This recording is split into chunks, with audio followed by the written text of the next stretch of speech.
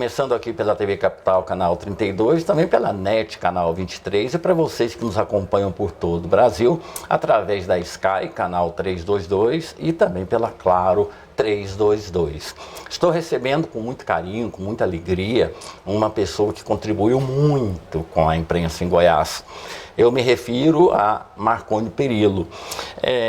Posso já, pelos números das pesquisas, já posso chamar o senhor de senador? Tudo bem, André? Prazer falar com você. Uma alegria falar com todos os telespectadores, todos os internautas. Aproveitando esse momento para manifestar mais uma vez o meu pesar, a minha saudade do nosso inesquecível Padre Jesus Flores, que agora no dia 11 completa o aniversário de morte. Ele que foi um dos precursores do bom jornalismo no rádio e na televisão no nosso estado. Eu sei que muita gente que está nos assistindo tinha uma admiração enorme por ele, como eu tinha e você também. Então eu começo esse programa, essa entrevista, enaltecendo as virtudes do Padre Jesus Flores e ao mesmo tempo elogiando aqui, fazendo uma manifestação de apreço, de reconhecimento histórico por tudo que ele representou para o nosso estado. Então, ao Padre Jesus, que Deus o tenha, e a todos vocês do Argumento, a minha solidariedade. Não existe eleição ganha, André, a gente sabe disso. Todas as eleições são difíceis, a gente tem que ter os pés no chão e usar a sola do sapato para andar, para conversar, para convencer, para apresentar as ideias, as propostas. Muitas pessoas reconhecem a minha história, o meu trabalho, reconhecem o legado que eu deixei, o trabalho que foi feito em todas as áreas na administração goiana. Então, eu vou continuar trabalhando até a última hora, buscando a vitória nessa eleição, para que a gente possa ter novamente no Senado Federal, no Congresso Nacional, no mais alto nível das discussões em nível de Brasil, esse protagonismo de volta. Goiás perdeu nos últimos anos protagonismo político. Nós não temos uma liderança que se imponha no Congresso Nacional, não temos uma liderança que possa ajudar no conjunto das grandes decisões nacionais. Eu não sou melhor que ninguém, mas pelo menos tenho uma ampla experiência, já fui senador, tenho vários colegas, ex-governadores que são senadores, ex-presidentes da República, e acho que seguramente a minha participação nessa quadra histórica do Brasil, com tantas dificuldades, tantas adversidades, tantas divisões, poderá contribuir para que o Brasil possa avançar, principalmente no que diz respeito às pessoas mais pobres, às pessoas que mais precisam do poder público. Desenvolvimento tem que ser o foco daqui para frente, com menos burocracia, com menos impostos, com menos inflação, com mais justiça social. Então eu vou trabalhar muito para que a gente possa ter um país melhor. Agora o senhor fala sobre redução de impostos, disso e aquilo. O governador Caiado, ele se coloca como o governador que mais fez pela economia, baixando o ICMS de muitos produtos. Como é que o senhor vê essa usurpação desse trabalho que o senhor fez, que foi trazer para Goiás a competitividade através da cobrança de impostos? Olha, eu fiz o que eu pude no meu tempo, desonerei todas as cadeias produtivas do agronegócio, da agroindústria, e isso acabou atraindo muita competitividade, muitas empresas por causa da competitividade do Estado. Pra você ter uma ideia, Goiás só tinha 12 usinas de etanol e açúcar, de álcool e açúcar. Eu deixei com 38, portanto 26 indústrias a mais. Nós não tínhamos aqui um polo farmacêutico, farmacoquímico que a gente tem hoje, um dos mais robustos parques tecnológicos e de indústria farmacêutica do Brasil. Nós não tínhamos indústria automobilística. Hoje nós produzimos carros em 2 polos, Anápolis e Catalão. Nós não tínhamos uma indústria alimentícia bem sedimentada, uma indústria alimentícia robusta. Hoje a gente tem. Nós temos a indústria de confecções, nós temos a indústria de mineração também muito bem definida. E além do agronegócio, que explodiu, que cresceu vertiginosamente, muito por conta da desoneração dos produtos da cesta básica, na minha época, muito por conta da redução drástica do ICMS do arroz, do feijão, da carne e de outros produtos que são produzidos aqui, graças ao trabalho que fizemos para erradicar a febre aftosa aqui no estado. Então, eu acho que a população goiana, as pessoas que acompanharam os nossos governos, avaliam claramente o que eu fiz, o que os outros fizeram ou o que estão fazendo. Mas o fato é que, durante os meus governos, eu trabalhei duro para que nós pudéssemos ter condições de produtividade, de competitividade, sobretudo para gerar emprego, que é o que o povo precisa. O emprego é dinheiro na veia das pessoas, das famílias, é dignidade para quem trabalha e coloca comida no prato das suas famílias, estuda seus filhos e garante oportunidades a eles. Agora, tem um outro aspecto também, que o senhor foi um estadista na área da saúde. O senhor ampliou em muito a rede de atendimento, inclusive o Hospital Hugo, ele recebeu a certificação ONA 1.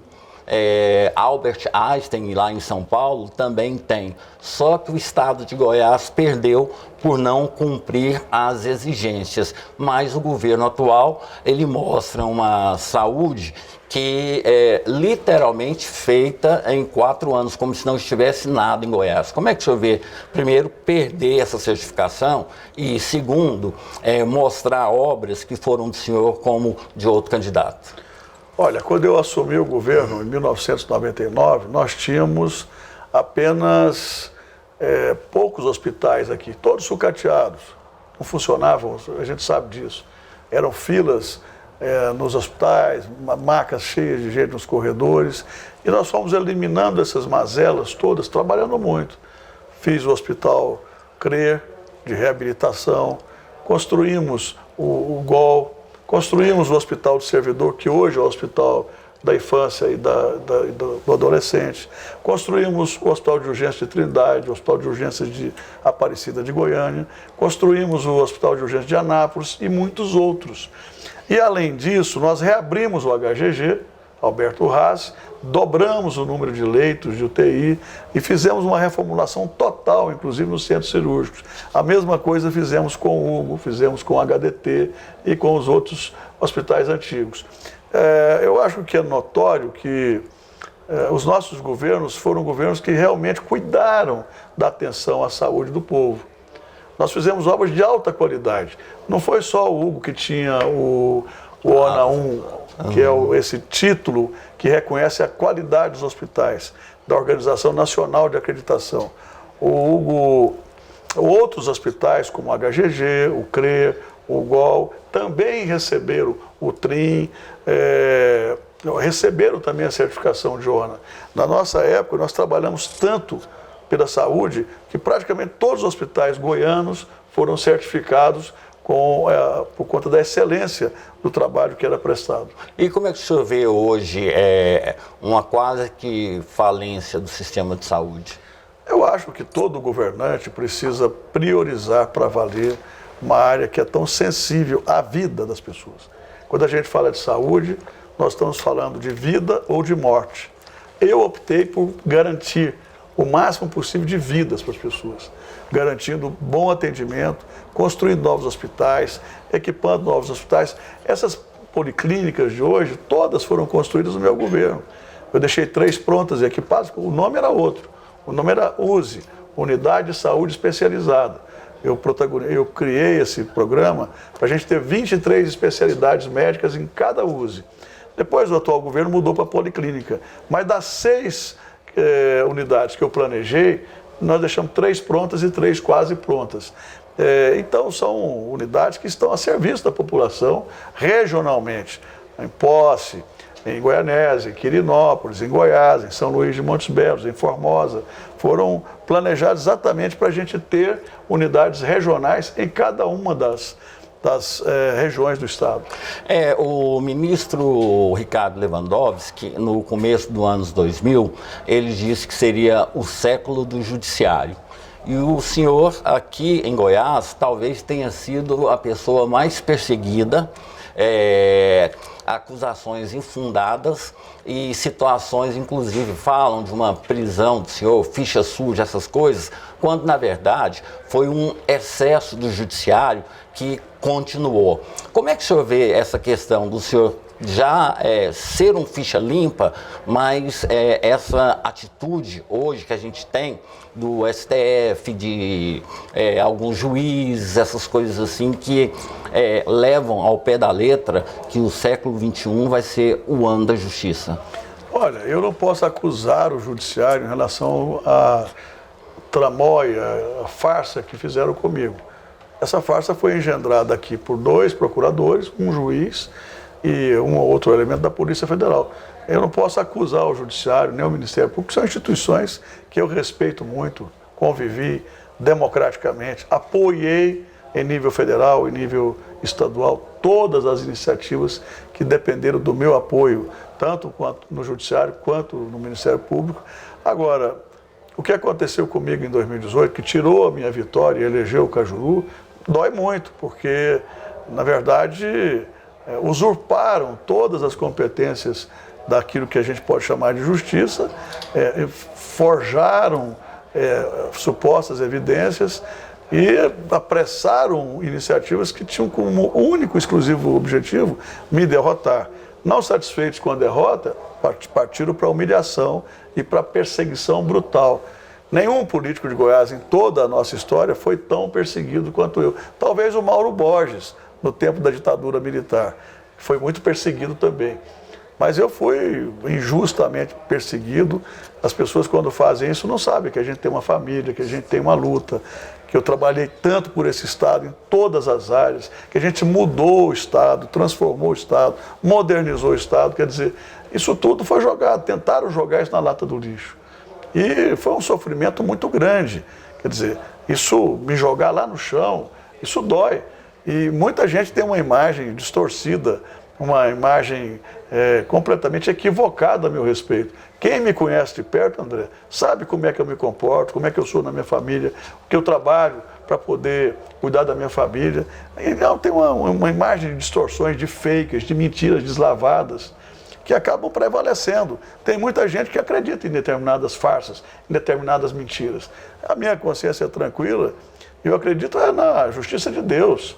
Eu tive agora, nesse ano, principalmente, decisões da justiça dos homens, da justiça daqui da terra, do judiciário, que anularam tudo que fizeram de sacanagem, de maldade comigo. Mas eu sempre confiei na justiça divina. Quem me conhece, conhece os meus atos, conhece minhas atitudes, conhece o trabalho que eu fiz, a minha história, a minha luta é Deus. E eu devo a Ele satisfação, e principalmente com relação à minha consciência. Mas, infelizmente, tem gente que, não tendo o que mostrar, não tendo feito nada pelo Estado, partem para esse tipo de agressão baixa, rasteira, mentirosa, inescrupulosa, de agressão que tem um único objetivo, o poder pelo poder. Eu sou candidato porque eu tenho uma história de realizações. Eu tenho um histórico de obras, de serviços que foram realizados em todos os cantos de Goiás. Se eu não tivesse trabalhado duro, se eu não tivesse feito a diferença, eu não teria coragem de ser candidato a senador e nem a nada. Eu não fui governador que ficou com fake news, que ficou com mentira, que ficou falando que fez, mas não tendo feito. Eu fui um governador que trabalhei duro e todo mundo sabe. As pessoas conscientes sabem o quanto Goiás mudou para melhor nesses períodos em que eu fui governador. É uma questão em conteste. Em 2014, tentaram ligar o senhor ao Carlos Cachoeira e o senhor foi depor na CPI. Era para o senhor falar 26 minutos. O senhor falou quase 2 horas e ali colocou-se uma pedra sobre essa situação. Inclusive, nem o partido do senhor acreditava que o senhor pudesse sair tão bem. Como é que o senhor saiu, a sensação do senhor de provar a inocência e ainda acima disso, colocar uma pedra sobre a acusação? André, não foram quase 2 horas, a sessão durou 9 horas. 9 horas, eu fiquei lá na CPI 9 horas. E por que que houve, por que esse assunto foi sepultado à época? Porque a verdade prevaleceu. A mentira nunca se sobrepõe à verdade. A verdade sempre prevalece. e eu fui lá com argumentos sólidos, consistentes, para desmentir o que tinham tentado inventar a meu respeito, a farsa que tinham tentado inventar a meu respeito. Eu lamento que não tenha tido uma oportunidade como aquela para que eu pudesse desmistificar, desmascarar o que tentaram fazer, o que fizeram comigo nas eleições de 2018. Eu gostaria muito de ter uma oportunidade de um tempo longo para poder desmascarar todos aqueles que engendraram essa farsa e essa armação a meu respeito. Infelizmente, muitas vezes prevalece o que sai na imprensa, prevalece o que sai na mídia, prevalece o que algumas pessoas que não têm compromisso com a ética e com a verdade falam. Mas eu tenho a tranquilidade e a cabeça erguida para falar nesse seu programa e para falar em qualquer lugar sobre esses temas e desafiar a qualquer pessoa nesse estado que possa provar alguma coisa que eu tenha cometido de errado durante o tempo em que eu fui governador ou parlamentar. Eu agi o tempo inteiro para fazer o bem e fiz o bem. Centenas de milhares de pessoas foram beneficiadas pelos programas dos nossos governos, com renda cidadã, bolsa universitária, universidade estadual, programa Cheque Moradia, com casas e apartamentos para mais de 300 mil famílias, com programas na área de saúde, na área de educação. Goiás inteiro foi beneficiado pelas nossas gestões, com o VaptVupt, com os colégios militares, com as escolas em tempo integral, com as estações de tratamento de esgoto, com as estradas duplicadas, iluminadas, com as rodovias realizadas, enfim. Nós temos um conjunto de realizações que foram feitas e foram feitos porque nós economizamos. Se tivéssemos permitido que desviassem dinheiro dos nossos governos, não teria sobrado dinheiro para fazer a quantidade de coisas que nós fizemos. Agora uma questão, naquele momento em que o senhor poderia ser candidato a governador, o governador do estado, ele nunca começava uma entrevista ou alguma coisa sem falar primeiro que pegou o estado quebrado. Agora o senhor sai candidato a senador e um dos adversários do senhor diz que o senhor abandonou o estado de Goiás, que foi para São Paulo e que agora o senhor volta pleiteando esse cargo de senador. O que o senhor diz para essa pessoa que fala que o senhor abandonou o estado de Goiás? Eu sou um cidadão livre, ficha limpa, não devo nada à justiça e nem a ninguém. Eu devo a Deus, a minha consciência e ao povo de Goiás, que sempre me elegeu nas eleições que disputei. E posso dar uma garantia a você. Eu fui trabalhar em São Paulo porque não tinha emprego aqui. Se alguém fosse dar emprego para mim aqui, seria perseguido pelo governo. Essa é a verdade. Se eu tive que trabalhar, é porque eu precisei trabalhar. Se eu tivesse feito o que falaram, eu não teria precisado sair daqui. Eu tive que trabalhar, mas eu fiquei o tempo inteiro lá e cá. A cada 15 dias eu estava aqui, dando expediente no meu escritório, trabalhando também aqui em Goiás, dando assistência aos meus amigos, dando assistência às pessoas do povo que me procuravam. Quantas vezes eu fui procurado nesse período para ajudar na área de saúde? Eu sempre procurava intermediar junto aos donos de hospitais, junto aos hospitais públicos, com pessoas que eu conheço, que gostam de mim. Quantas pessoas eu ajudei a salvar na pandemia? Quantas? Mesmo não estando com cargo, ajudando a arrumar leito de UTI, leito hospitalar. Foram dezenas de pessoas que eu ajudei durante a pandemia. Além de outras coisas que eu procurei ajudar, mesmo não tendo mandato nesse período. Ajudei, por exemplo, várias instituições, como a Santa Casa de Misericórdia de Anápolis, trazendo uma doação de uma empresa de São Paulo, a empresa onde eu trabalho, no valor de R$2 milhões. Então, mesmo sem mandato, eu continuei trabalhando, continuei com ações para ajudar, principalmente na filantropia e na caridade, ajudar as instituições que ajudam os que mais precisam. As instituições de Goiás, todas sabem do amor, do carinho que eu sempre tive por todas elas. Agora, nós estamos aí chegando a um momento decisivo. E como é que o senhor está recebendo o resultado das pesquisas? Eu tenho andado nas ruas, eu tenho ido nas grandes aglomerações de Goiânia, de Aparecida de Goiânia, de Anápolis, de Goiás, em torno de Brasília, e tenho sido recebido com muito carinho, com alegria, São dezenas de pessoas que numa caminhada chegam para mim e me agradecem por terem recebido algum benefício do governo, ou a bolsa universitária, ou uma casa, ou um lote que foi regularizado, ou um programa como Salário Escola, Renda Cidadã, ou asfalto que melhorou a sua região, ou uma escola militar. E, engraçado, em quase todos os lugares onde eu vou, as pessoas falam: eu queria votar no senhor para governador. Por que o senhor não foi candidato? Por que o senhor não foi candidato? Fui candidato porque a gente pulverizou muito as oposições. Eu teria um tempo muito curto de TV, eu seria injustamente e mentirosamente atacado e não teria como me defender das falsas acusações e não teria condições de falar de programas de governo e muito menos do meu legado, do meu trabalho para o Goiás inteiro.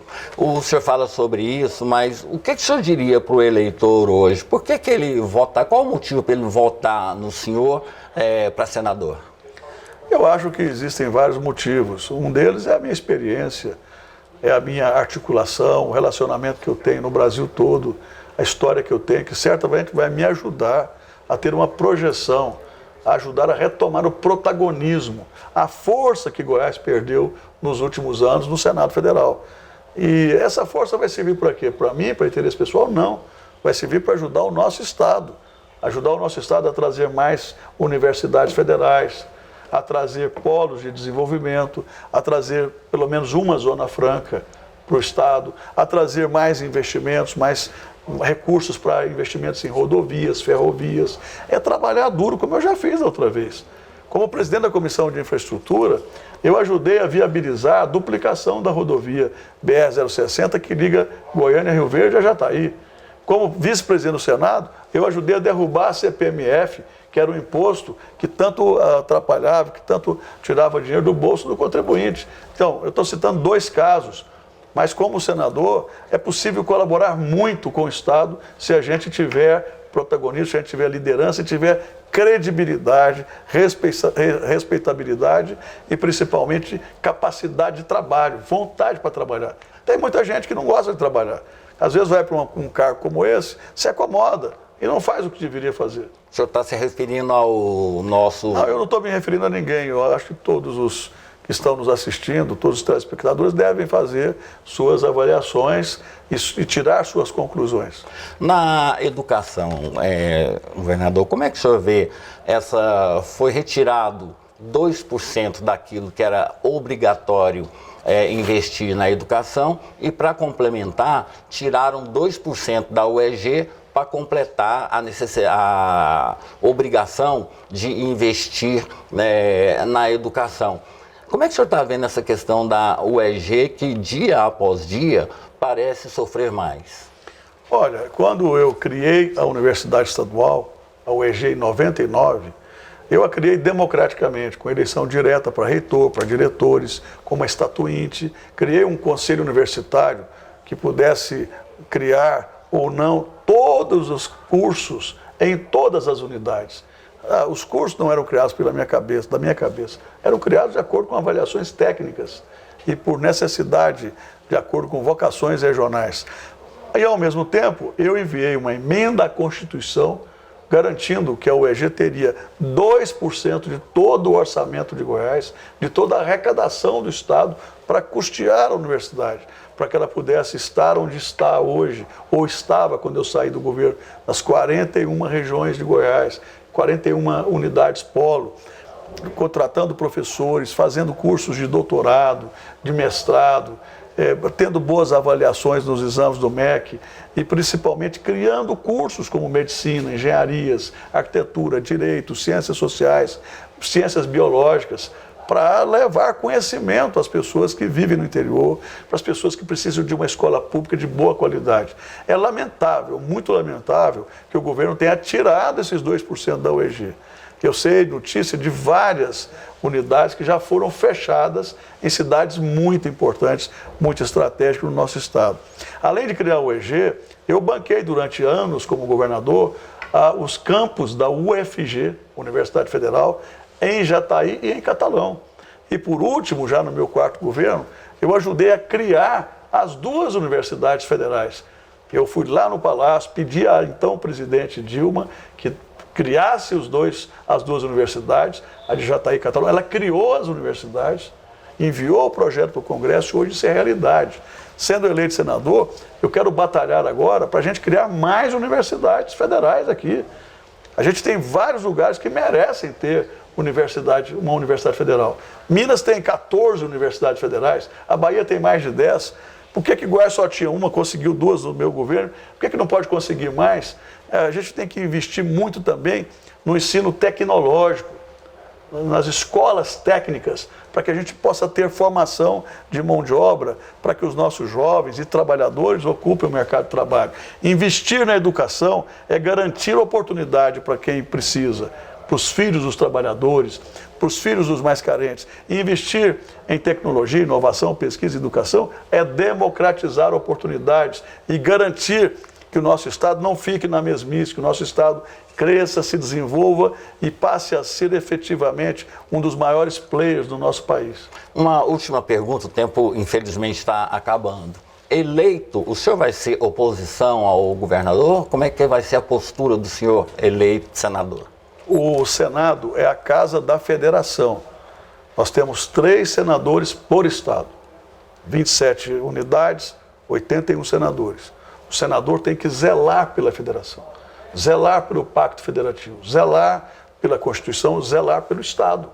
Independentemente de quem seja o governador, a relação de um senador deve ser harmoniosa com o governador, com os prefeitos, e tem que ser uma ação no sentido colaborativo, convergir para ajudar o Estado. Governador muito raivoso, o senhor acha que ele aceitaria uma parceria em prol do crescimento de Goiás?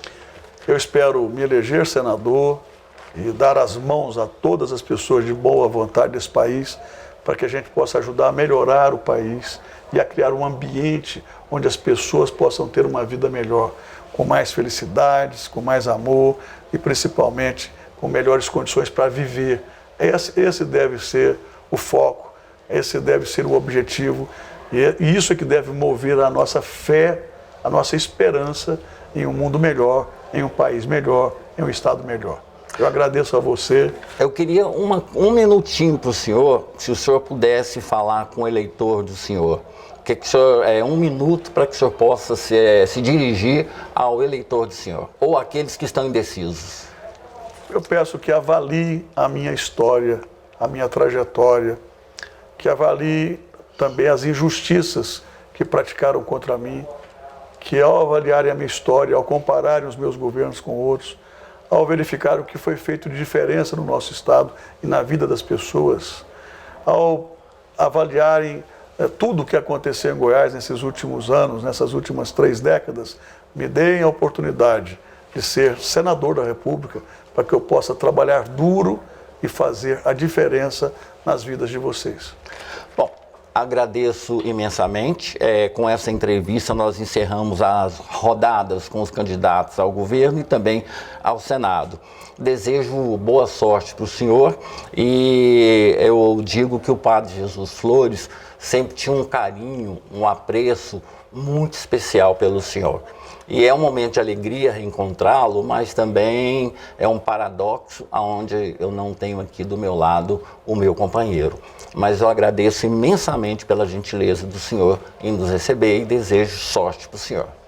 Eu dedico boa parte do trabalho que eu fiz em Goiás, especialmente na área da comunicação e do social, ao Padre Jesus Flores, que sempre foi um instigador em relação à correção das injustiças. E te agradeço, André, pela amizade com o Padre Jesus, te cumprimento e pela forma como você sempre se relacionou comigo como governador. Muito obrigado a todos os telespectadores, a todos os internautas, uma grande honra falar com todos. E assim chegamos ao final de mais uma edição do Jornal Argumento. Essa entrevista será repetida hoje às 16 horas e também às 19 horas. A todos vocês, nosso muito obrigado, fiquem todos com Deus e até amanhã.